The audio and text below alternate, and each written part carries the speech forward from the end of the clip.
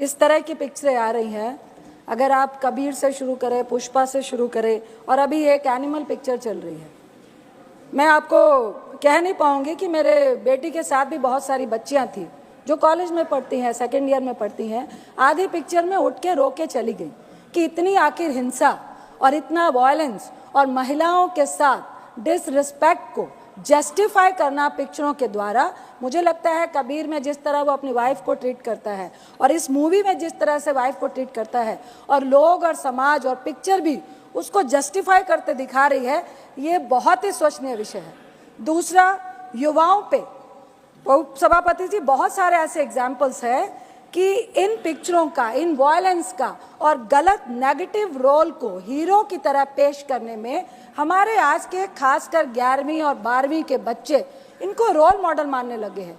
कई इस तरह की हिंसा हमें समाज में देखने को मिल रही है, जो एग्जाम्पल और जो उदाहरण वो पिक्चरों से लेकर आते हैं। तीसरा, उच्च कोटि का इतिहास है पंजाब का, हरि सिंह नलवा का। उसमें एक गाना है कि फड़ के गंडासी मारी अर्जन वैली ने।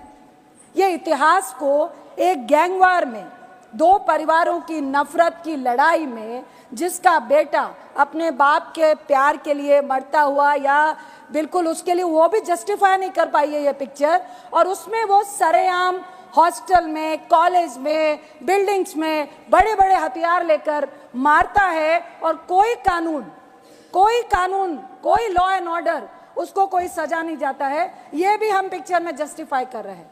जहां तक अर्जन वैली का सवाल है उपसभापति जी, हरि सिंह नलवा जो कमांडर इन चीफ थे सिख फौज के, जिन्होंने मुगलों के खिलाफ, जिन्होंने अंग्रेजों के खिलाफ उनकी बढ़ती हुई सत्ता को रोकने के लिए लड़ाई लड़ी थी, उनका बेटा था अर्जन सिंह नलवा, जो पाकिस्तान के गुजरात से, वो जब पूरा इंडिया हमारा एक साथ था, और उन्होंने कई मुसलमानों को 1947 में बचाने का काम किया था।